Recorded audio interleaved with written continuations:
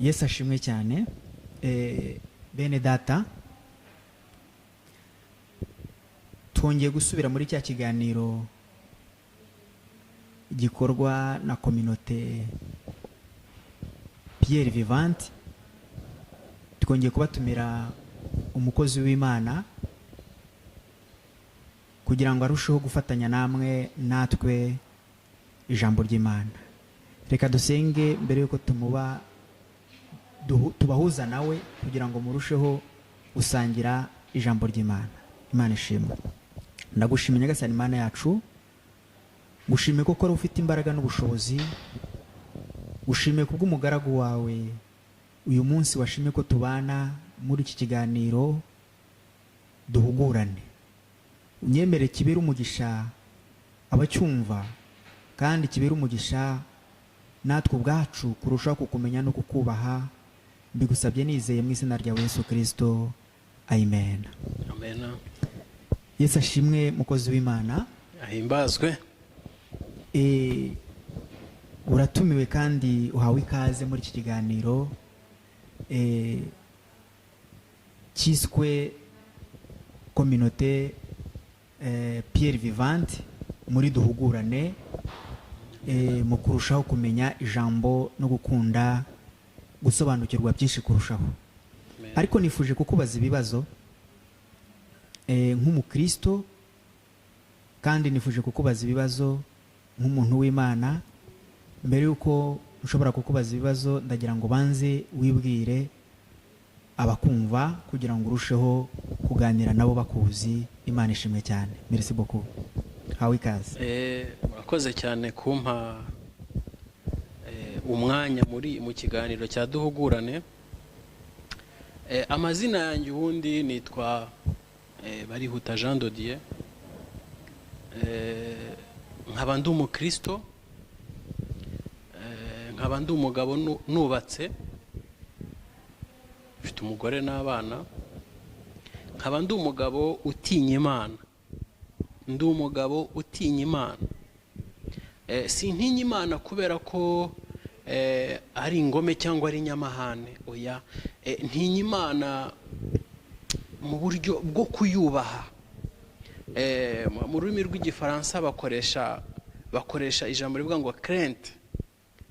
Crainte ni ukubaha Imana biri ku rundi rwego. Ndumva ubusobanuro bwanjye bwaba naba ndi uwo nguwo. Urakoze. Ndagushimiye kubwo kubana natwe muri iki kiganiro duhugurane. Ndashaka kukubaza ibibazo. Niki kigutera gukunda Imana? Niki kigutera kumva wabwira abandi Imana yawe? Ese niki kigutera kumva mu rugo rwawe hayoborwa n'Imana? Niki kigutera kumva nawe ubwawe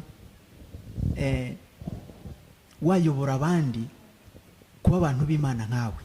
Mbese aho wari uri hari hagutwaye iki? Niki cyatumye wimukayo? Niki cyatumye uhava uyu munsi ukaba wumva uryohewe no kuba mu Mana? Ndagira ngo ubidusangize kugira ngo n'abandi barusheho kumenya ukuri kwaho wari uri naho uyu munsi uri. Imana iguhe umugisha. Merci beaucoup. Ijambo ni ryawe. Urakoze cyane.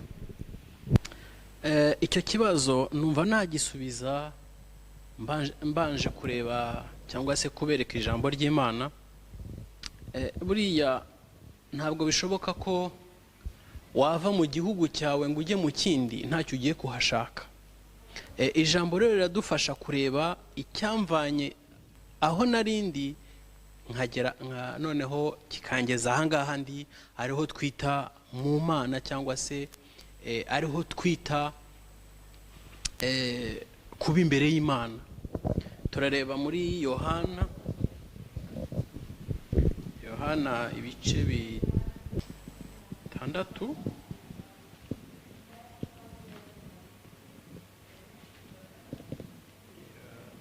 Ibice 6.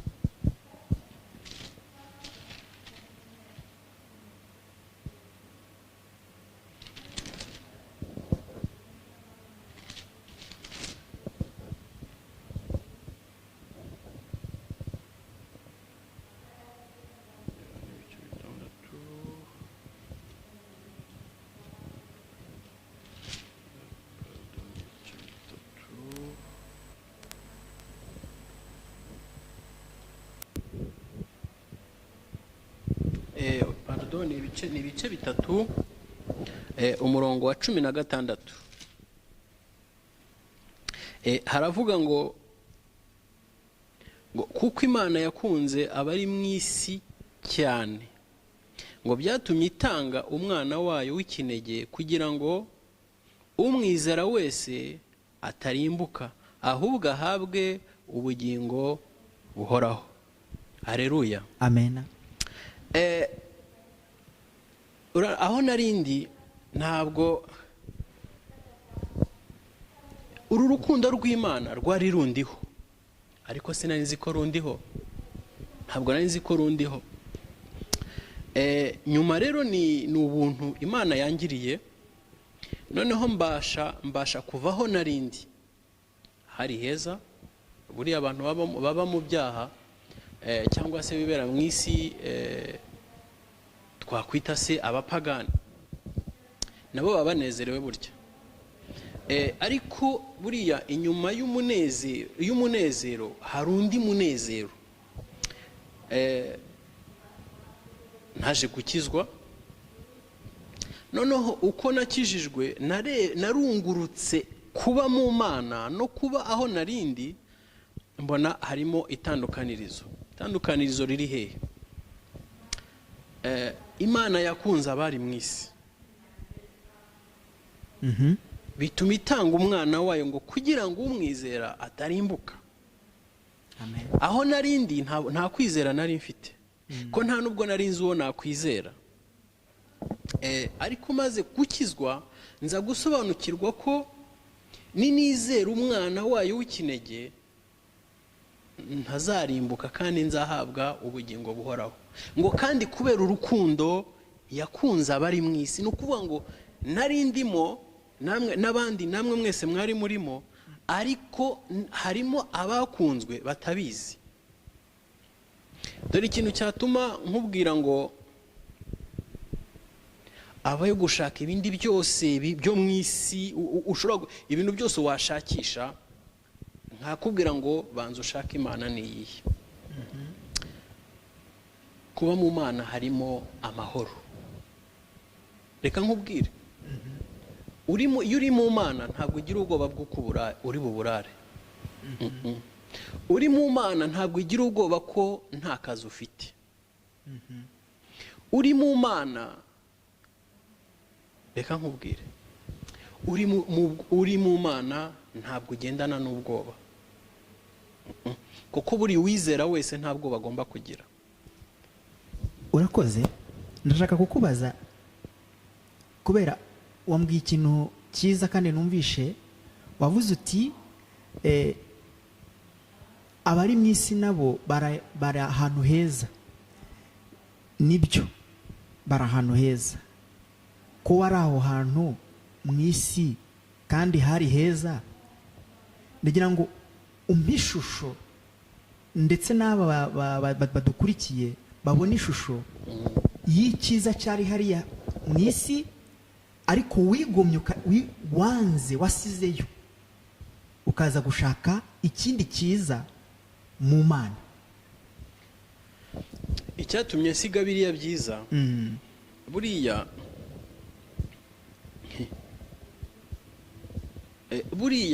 nubona, reka mbisobanure muri ubu buryo, kuko ibyiza birarutana. Nshobora kuvuga ngo mu Mana hari ibyiza, kandi nkavuga ngo hariya naho hari ibyiza. Buriya mu migani ngira ngo ibice 16 haravuga ngo buri muntu wese yishimira amaso y'imirimo ye. Niko havuga. Bivuga ngo uri mu isi ababona ari mu byiza, uri mu Mana nababona ari mu byiza. Ni gute rero tubipimisha iki kugira ngo noneho umenye ibyiza nyakuri? Amen. Kugira ngo umenye ibyiza nyakuri, winjira mu ijambo ry'Imana. Ijambo ry'Imana hano ryatubwiye ngo Imana yakunze abari mu isi cyane, ngo ibituma itanga umwana wayo w'ikinege, ngo kugira ngo umwizera wese atarimbuka. Birumvikana neza ko nubwo hariya narindi hari ibyiza byinshi, ariko hari no kurimbuka. hari no kurimbuka. Bivuga ngo ni bya byiza birutana. Ariko noneho mu bya byiza byo mu Mana harimo ibyiza, hakabamo n'ubugingo buhoraho, hakabamo no kutarimbuka. Amen. Icyo nicyo cyatumye ngera mu Mana ndashikama, nkomeza kwitinya. Haleluya, nkomeza gutinya Imana. Amen. Kuko harimo ubuzima, harimo ubugingo, harimo no kutarimbuka. Ubwo ibyo byiza biratandukanye. Ufite nkurikiye numvishe neza ibyo wavuze, wewe wari muri biriya ariko usanga hari ikindi kibiruta, aricyo cyiswe ubugingo butuma utazarimbuka. None bituma ureka biriya kugira ngo ukurikire ubugingo, ugire ibiguhesha ubugingo, kugira ngo ugume ube mu isi ufite Imana, ufite ubugingo, ufite amahoro, ufite n'urukundo rw'Imana. Kuko isi nk'uko nabyumvishe, ni ukuvuga ngo isi wari uyirimo ariko itanga urukundo rw'isi ariko ntitanga urukundo rw'ubugingo cyane rwose. Amen. Noneho ndashaka kongera nkubaze rero, umaze kwinjira mu nzira y'ishusho y'ubugingo ariho mu Mana, niki wakereka abantu gitandukanye n'ishusho y'ibyo mu isi? Umuntu avuga ati okay, nari mu byo mu isi ariko ku bw'ibyo nemeye kubihindura kugira ngo icyubahiro cy'Imana kizamuke. Waduhiye shusho? Murakoze cyane. Iyo uri mu Mana, ni ukuvuga ngo ugira ubuzima butandukanye n'ubwo wabagaho. Reka nsobanure gutya. Ni ukuvuga ngo iyo ugeze mu Mana uhinduka umwana ugize ababyeyi. Murazi ko ubuzima bwo kuba imfubyi ni ubuzima buruhije, ariko n'ubuzima bwo kugira ababyeyi nabwo ni ubuzima bwiza. Ni ukuvuga ngo iyo ugeze mu Mana uba ugize ababyeyi. Inyungu yo kugira ababyeyi ni iyihe, cyangwa se inyungu yo kuba mu Mana? Ikintu kigiye gutuma ashobora kubwira n'abantu ngo muve aho ngaho muze mu Mana ni iki? Buriya mu buzima bwanjye, murana ndi umugabo, ndi umusaza, ndi umugabo wubatse, ariko mfite Imana Data. Mfite Imana Data, ni ukuvuga ngo ntacyo nkora Data atabishimye. Kandi ntacyo mbura kuko ngihabwa na Data. Ndashaka kubwira ko kugera nonaha, kuva aho ngereye mu Mana, ntabwo mfite ikibazo cy'ubuzima bw'ejo. Deja mfite ubuzima kuko mfite ubumpa. Namwe mwese mushobora kuba mufite abana, cyangwa se muzanabagira, cyangwa mubona ababafite. Mujya mubona ukuntu umubyeyi ashyashyana ashaka ibyo kurya by'umwana we. Umwana ntabwo yitaye niba papa yagiye ku kazi, umwana ntiyitaye ko papa yabonye ibyo kubagaburira, umwana we akeneye kurya. Nguko ukuntu rero umuntu ugeze mu Mana abaho. Iyo ugeze mu Mana ugira ubwenge. Iyo ugeze mu Mana ugira ukuyobora uko ugenda. Ndashaka kukubaza aho ngaho, ugira ubwenge. Nuvuga ngo hariya wari ufite ubwenge ariko udafite ubwenge bw'Imana. Nicyo ushatse kutubwira? Reka ngusubize gato. Nari mfite ubwenge ariko budafite ubuyobora. Aha. Dusobanurira. Nari mfite ubwenge, reka mbereke. Nari mfite ubwenge nzi ko nashoboraga kukubeshya nka kwiba, nashoboraga kukweskoroka. Ibyo byose ni ubwenge. Ni ubwenge nakoreshaga. Ariko iyo ugeze mu Mana ntabwo wongera bwa bwenge bwawe bugira Imana irabuyobora, ibuyobora mu nzira nziza. Kandi ibyo wakoraga ubukoresha ubwo nari mfite ubwenge butagira kiyobora. Ufite, numvishe neza, wari ufite ubwenge bugufasha kubaho wowe nk'umuntu, ariko ntibwari bufite umuyobozi. wowe waje gushaka umuyobozi none uyobora ubwenge Imana yaguhaye cyane. Okay, noneho rero ndagira ngo utuyobore ni gute abandi bantu bameze nkawe mu gihe cyatambutse wabagiriye inama yo kugira ngo nabo babone umuyobozi nk'uwo nawe wabonye uko uyobora uyu munsi. Nihe nama wabaha? Inama ashobora kugira umuntu wese waba utaragera imbere y'Imana, kuko burya reka misobanureho gatoya. Abantu benshi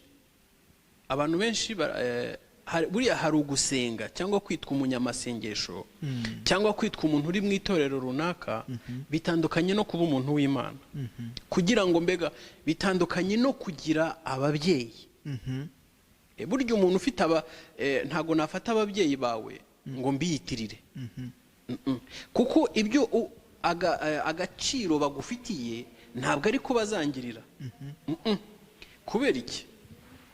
Afite niba ababyeyi bawe badasangiye amaraso nanjye, bashobora kumbera ababyeyi, bashobora kumbera abantu beza, bashobora kumfasha, bashobora kunyobora mu buzima, bashobora kuntunga, ariko toujours iyo tugiye kwa muganga bagapima ADN ntago duhuza. Dore rero noneho kuba mu Mana ni ukuba mu ijambo ryayo, ukumva icyo ijambo rikubwira, ukaba uko ijambo rivuga. Ntabwo ari ukubisoma ngo urambike hariya wigendera ukwawe. Oya, urasoma ijambo, uba mu ijambo ry'Imana, ugakurikiza uko rivuga. Kuko ijambo ry'Imana iyo urisomye cyane usanga rikubwira wowe, ribwira uri gusoma, ntabwo ribwira uri kumva, ribwira uri gusoma. Iyo rero urisomye ugomba kuba uko nguko, ukongeraho kandi gusenga, ukongeraho kwizera. Nicyo kintu ushobora kubwira umuntu iyo ufashe ijambo ry'Imana ukarigira ihame mu buzima bwawe. Iriya jambo ry'Imana uba ubana n'Imana, n'ibyo ishaka kukubwira, n'ibyo ishaka kukugirira, ikoresha rya jambo ryayo wumva. Amen. Ndishimye cyane kuko ijambo ryaguhinduye, cyangwa se kuko Imana yaguhinduye inyuze mu ijambo. Ndagira ngo wongere uduhe urundi rugero. Ni gute uyu munsi wiyumva nk'umuntu wakiriye Imana ikamuyobora? Wiyumva ute? Ubiha agaciro ki ugereranyije n'intambwe umaze gutera ukurikije aho uvuye? Ikintu nakubwira ukuntu niyumva ndi mu Mana, ukuntu niyumva nkurikiye Imana. Reka nkubwire mukozi w'Imana, mfite amahoro. Reka nkubwire mfite amahoro. Impamvu ufite amahoro nakubwira, ntabwo amahoro nkubwira mfite ntabwo ari igice. Ndi umugabo ukora, ndi umugabo wubatse, ndi umugabo nta kintu na kimwe numva gishobora kumvana ku Mana.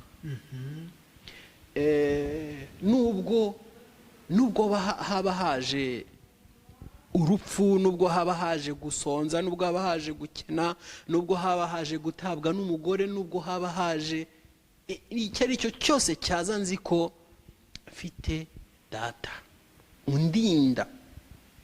Ibyo byose ntacyo bintwaye, niyumvamo amahoro. Amen. Ndashaka kongera kubaza ikibazo kimwe. Mu buzima busanzwe ubundi ufite ababyeyi? Mu buzima busanzwe nta babyeyi mfite. Ababyeyi barapfuye mu bihe byashize nyine. Imana ishimwe. Uyu munsi wadabuse ko umubyeyi wawe ari Imana cyane cyane. Ubyiyumvamo, ubibamo, ubituyemo kandi birakubatse, wumva bikubatse, wumva bikunyuze kugira Imana utari kubona papa wawe, utari kubona mama wawe, utari kubona umuvandimwe runaka, wumva bikunyuze ukumva ufite amahoro. Reka nkubwire mukozi w'Imana, ndashaka nkubwire ngo ndubakitse. Amen. Kugira Imana biranyubatse.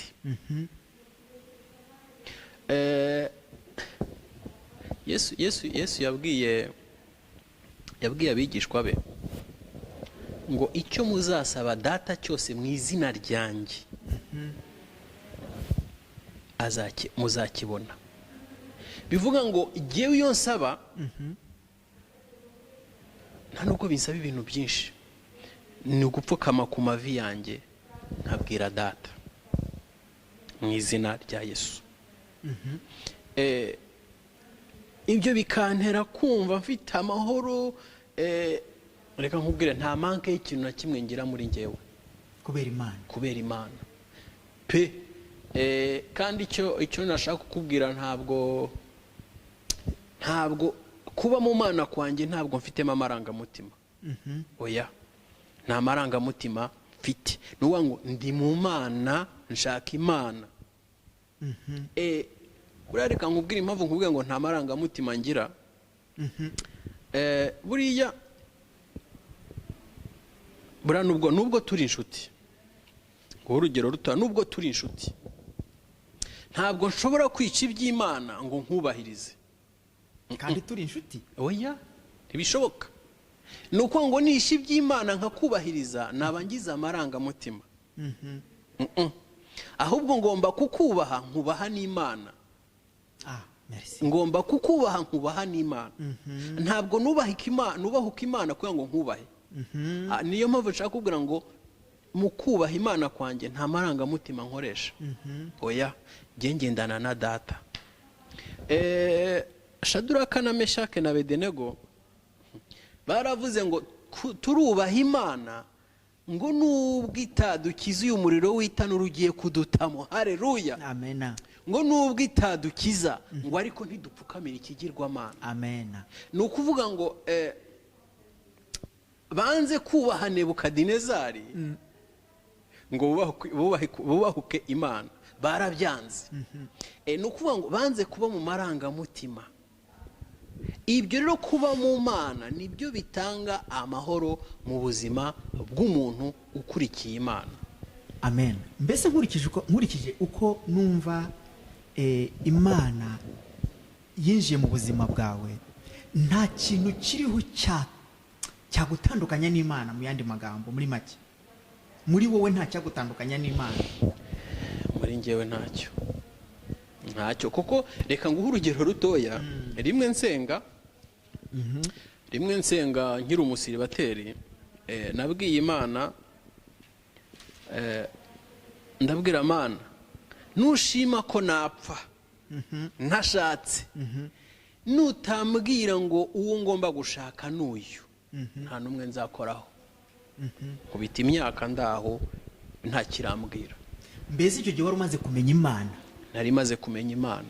Reka nkubwire, buriya kumenya Imana biri ukwabyo. Ariko ni ukuvuga ngo ugiye mu Mana udafite ukuri, Imana ntuyimenya. Mu Mana ujyamo ukagira ukuri. Mu kuri rero, reka nkubwire, iyo umuntu wamaze gukizwa cyangwa se agiye gukizwa, nabyo tubisanga muri Yohana, ariko ntabwo tuhasoma. Yesu yabwiye Nikodemo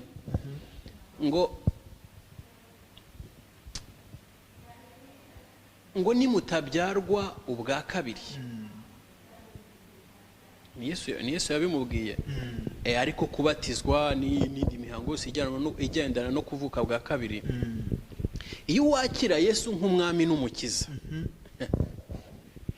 buriya bisaba ko witondera ijambo riva mu kanwa kawe, cyangwa se ukitondera n'icyanditswe. Ijambo buriya nutaryitondera rishobora kukugusha cyangwa rikaguhagurutsa. Ifo kwitondera ijambo. Uravuga ngo nemeye ko mwami Yesu umbera umwami n'umukiza. Ndabyemeye. kumbera kandi umwami n'umukiza. n'umukiza. Iyo rero iyo habaye nk'ibibazo ukibagirwa ko ufite umwami uba utaye ukuri. Amen. Na ya mana ntiba mu buzima bwawe kuko ntabwo uba uri umunyakuri. Rero kirazira cyane ko waharika umwami wawe, haba mu bukene haba mu bibazo runaka, kirazira ko uharika umwami wawe ngo ushyire mu ndi mwami, cyane ko ari n'umukiza. cyane ko ari n'umukiza. Urakoze cyane. Kirazira cyane ko uharika umwami wawe.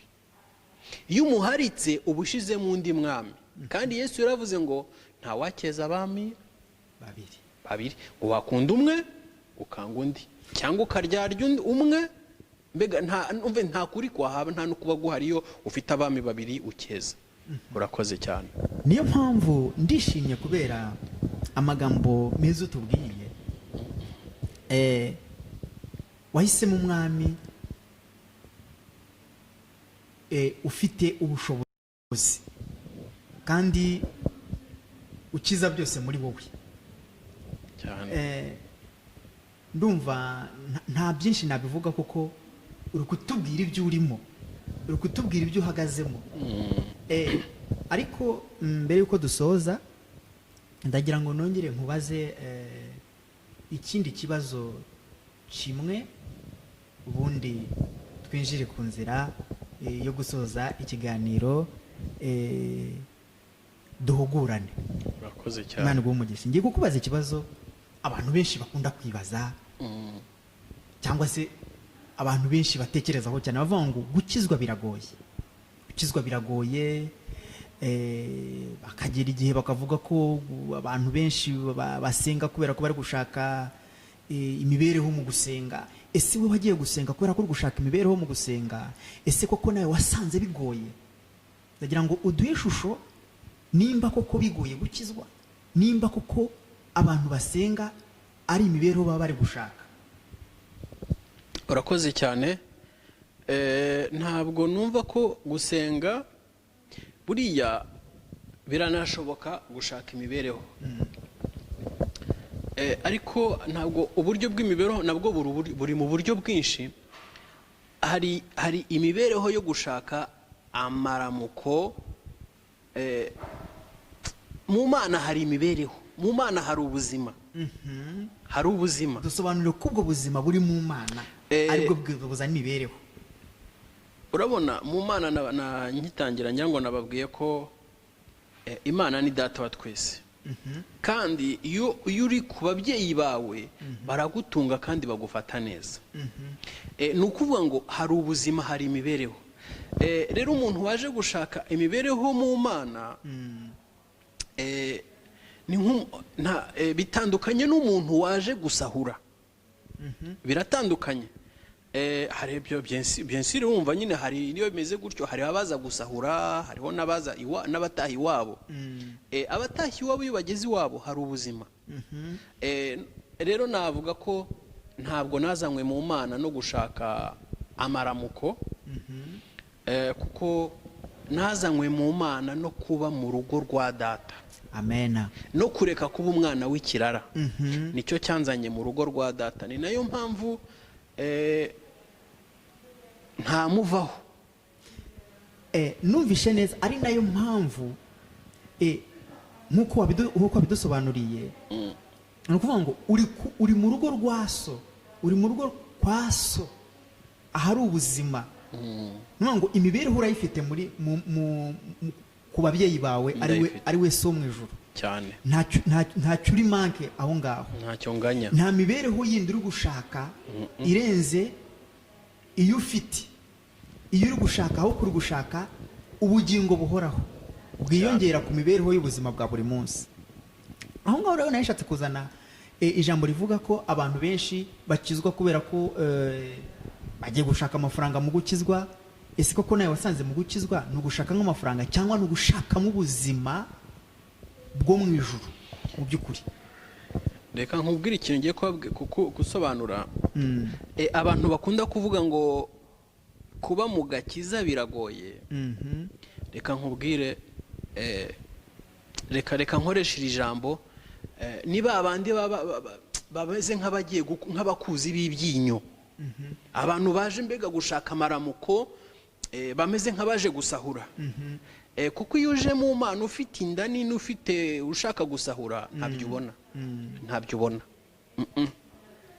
Kubera iki? Reka nsubize aho hantu. Kuba gukizwa ntago bigoye. Gukizwa bigusaba ukuri kwawe, kugira ukuri, kuba utari umwesikoro. Iyo ugeze mu Mana wicaramo ukagira ukuri. Yesu yaravuze cyane ngo data ashaka ko abamusenga ngo bamusenga mu kuri no mu mwuka. Bivuga ngo ntabwo ushobora kuba mu Mana utagira ukuri. Rero iyo udafite ukuri, gukizwa birakugora, kuko uba ushaka gufata ku by'umwami wasize n'uwusanze. Rero biragora, nicyo kigorana. Ariko iyo uri mu mwami wawe umwe, ntabwo bigoye gukizwa. Imana iguha umugisha. Nari ngendeye ku ijambo abantu bamwe bavuga, abantu b'Imana basaba amafaranga, ubwo wenze nawe ubwo ugiye gutangira gusaba amafaranga, cyangwa se nawe wakijijwe utanze amafaranga. Ese koko hari amafaranga watanze kugira ngo ukizwe? Ese nawe nk'umuntu w'Imana wumva wasaba umuntu amafaranga kugira ngo umusengere? Ni ikibazo nifuje kukubaza nkurikije ibyo numva n'ibyo nawe wumva n'ibiri hanze. Ahubwo se harabuzi bashaka ko umuntu abasengera ngo banyoherereze. Reka nkubwire, burya reka mbigereranye, umubyeyi yatetse ibiryo byiza ashaka kubiha abana be, biramunezeza cyane iyo abana bari ibyo biryo bakaryoherwa. Kandi umubyeyi ntagurisha abana b'ibiryo. Iryo ni ijambo ryiza cyane. Ntabwo umubyeyi agurisha abana be ibiryo. Ngewe rero ni ukuvuga ngo ndi umwana wa data, ndumwe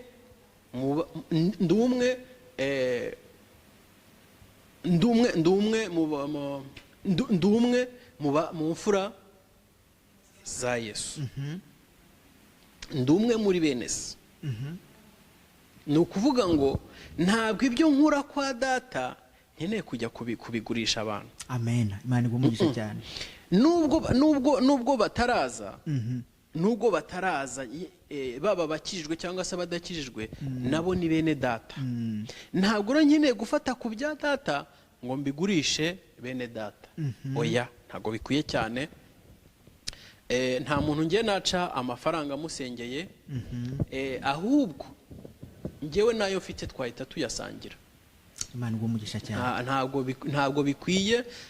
Ibyo ni ubusambo, ni ubujura. Reka nkubwire, nkunda kumva abantu bavuga ngo umushumba ngo atungwa n'izo aragiye. Ariko Pawulo yaravuze ngo nubona bibabaza bene so cyangwa bibaremerera, ngo ubireke. Ni ukuvuga iki? Ni ukugira ngo adakomeza kubabaza bene se, kuko ibyo data yaguhaye cyangwa yampaye ntabwo ngomba gutuma bibabaza bene data. Mbese uhagaze kuri rya jambo rivuga ngo mwaherewe ubuntu namwe mutangire ubuntu. Urakoze cyane. Imana iguha umugisha cyane. Imana iguha umugisha cyane. Urakoze. Reka turangize ikiganiro cyacu, uduhe ijambo abumvise iki kiganiro rya nyuma ryo gutekereza ku Mana wahisemo, yagukuye mu buzima bwa kera ikagushyira mu buzima bushyashya. Imana yahinduye amateka yawe, ikaguhindurira izina, aho witwaga umupagani uyu munsi ukitwa umukristo. Ni iki wabwira abo bantu basigaye muri ya nzira wari urimo, cyangwa muri bwa buzima wari urimo? Imana igumugisha. Ijambo numva nasangiza abadukurikiye, ijambo ngiye kuvuga ni, reka mbabwire ijambo rito cyane. Gereranya kuba, reka ndabivuga mu buryo, gereranya umwana udafite ababyeyi n'umwana ufite ababyeyi. Abo bana babaho ubuzima butandukanye. Ni ukuvuga rero, shakisha, waba ubafite waba udafite ababyeyi, shakisha Imana, kuko niyo ni data w'ababyeyi bawe memu. Urukumva, shakisha Imana, buri kimwe cyose kizagenda neza. Ariko ubitandukanye no kuba umuntu w'idini, ubitandukanye n'umuntu w'urusengero, ubitandukanye n'umuntu ubyiyita. Shaka Imana mu kuri no mu mwuka. Shaka Imana mu kuri no mu mwuka. Amen. Ibindi byose Imana irabisubiza. Yesu yaravuze ngo aho babiri cyangwa batatu bateraniye, cyangwa se babiri bashize imitima yabo hamwe, bagera kuri byinshi. Ngo kandi babiri cyangwa batatu bateranirijwe hamwe n'izina ryanjye, ngo mba hagati muri bo. Amen. Nuko ngo kwa kuri kwawe n'ukuri kwa mugenzi wawe, iyo muguhuje, Kristo aba hagati muri mwe. Imana ikora ibitangaza, ikuraho ibidahinduka ku buzima bwanyu. Ndavuga rero ngo shaka Imana. Urakoze cyane. Reka ngusabe rero isengesho rito cyane, usengere abadukurikiye nk'uko wabahuguye, unabasoreze ku isengesho rizabafasha muri iri jambo bumvishe. Urakoze. Data twese uri mu ijuru, mwami wacu, mwami mwiza, nongeye kuza imbere y'ubwiza bwawe, nzamura bene data mu biganza byawe, mbagushize mu biganza mwami. Abatarakumenya bakumenye, kandi n'abakumenye ubahaze imbaraga zawe mwami. Data ndaguhamagaye ngo umanuke ukora ibikomeye kuri bene data, ngo imbaraga zawe zibasakareho, ubwiza bwawe bubabeho, kugira ngo data ibidahinduka mu buzima bwabo bihinduke. Data kandi ndabasengeye, nanjye nisengera, ndasengeye n'ikipe turi kumwe, mwami utugirire neza, mwami ubwiza bwawe butubeho. Ndaguhamagaye mwami ngo ukuboko kwe kumanuke kudutwikire, uturinde imibabaro y'isi, uturinde mwami. Data kandi nongeye gusaba ngo uduhe ubwenge, uduhaze ubwenge bwo kuba muri ino si data, butubashishe kuba muri ino si Satani agaragaza agati yagize inyanja yogogamo mwami. Ubwo bwenge butubashishe guca muri iyi si igoye kandi ikomeye. Buri umwe wese umugenderere, buri umwe wese ugenderere umutima we, kandi data nzi ko uzi umutima wa buri umwe wese. Ugenderere umutima rero wa buri umwe wese, urebe icyo akwifuzaho, umusubirize ibyifuzo bye. Data rero ndakwinginze bana natwe, ndagushimye kandi mu kanya gatambutse, kandi twongeye kukwiragiza mu kanya kari imbere. Nuko mwami ndagushimye koko ari we data wo gushimwa. Ndagushimye muri byose, kandi nshimye aho tugejeje kuri ubu n'iteka ryose. Amen. Amen. Amen.